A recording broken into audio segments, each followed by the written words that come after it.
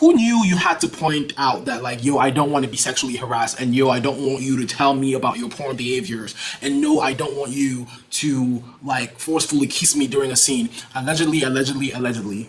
It's the fact that we believed it. It's the fact that I believed it. Hello gorgeous people, and welcome back to my channel. Today we're going to do a really quick one, a really instant reaction to a news story that is happening as we speak, or that broke in the past, let's say 2 days. So let's get into it. I don't know about you, but this shit is crazy. I'm Georges. Good morning.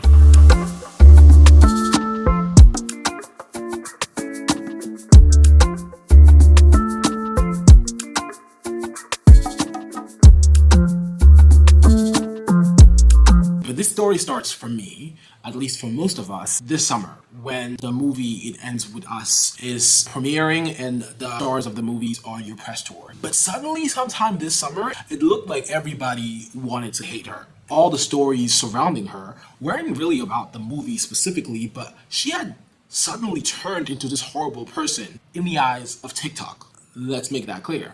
Let's be real, I didn't really give a shit. I was like, wow, that's crazy. The white people seem to have turned on each other.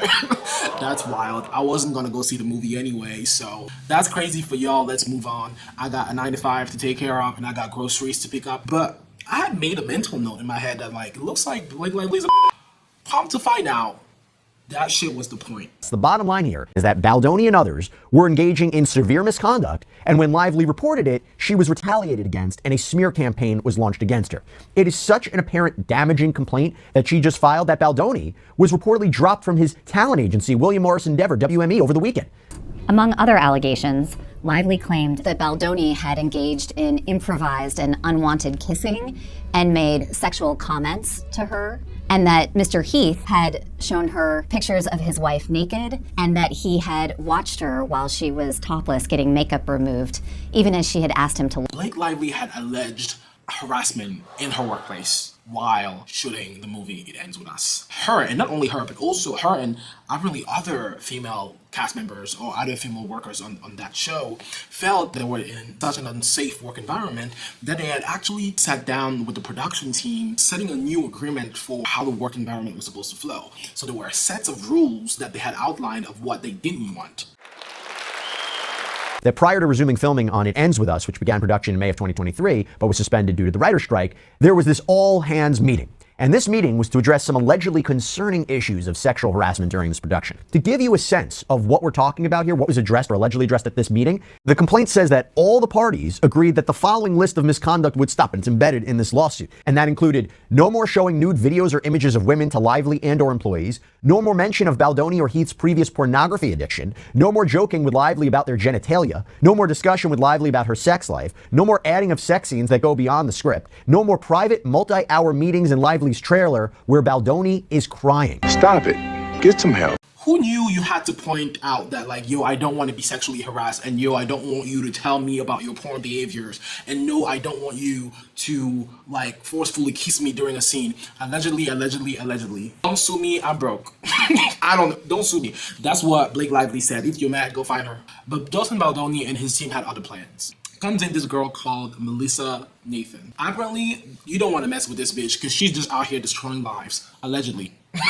Okay, I am broke. I don't have any money. That's what they said. So Dustin Baldoni hired Melissa Nathan, and they were just out here planting stories, allegedly, about Blake Lively. Planting stories, having bot farms, just having people online or fake accounts online just to kind of fan the flames of outrage about alleged behavior from Blake Lively.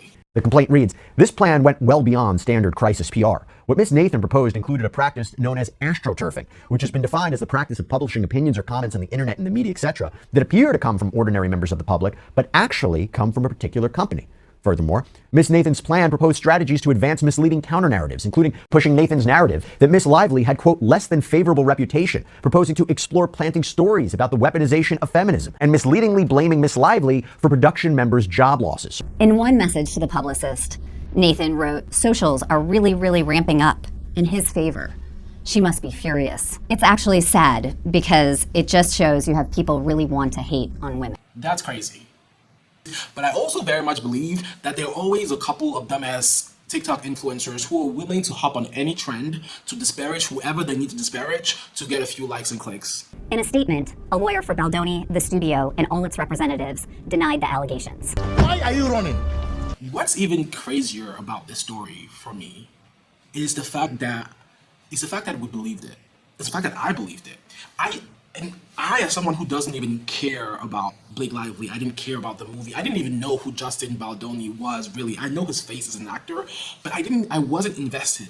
But just as someone who's relatively removed from this story and who just spends his time on the internet, I already had I was aware of the negative perception of Blake Lively. The reputational impact had affected my perception of her, even though I really don't give a shit about her. So what's crazy, the crazy thing really about this is how successful it is and how successful it was with someone who's relatively powerful and was relatively well regarded and had a good reputation as far as I know before this shit started. So imagine if this had happened to someone who didn't have the means, the power, the reach, and the positive reputation that Blake Lively had before all this thing started. Imagine if this has happened to you or to me. Imagine if this had happened to your favorite star who's just now becoming a star and who just happened to have irked someone who has enough money and enough power to hire Melissa Nathan. Your life is essentially destroyed. That's the crazy part about this. Wild. Thank you for watching. Please like, share, and subscribe, and I'll see you in the next one.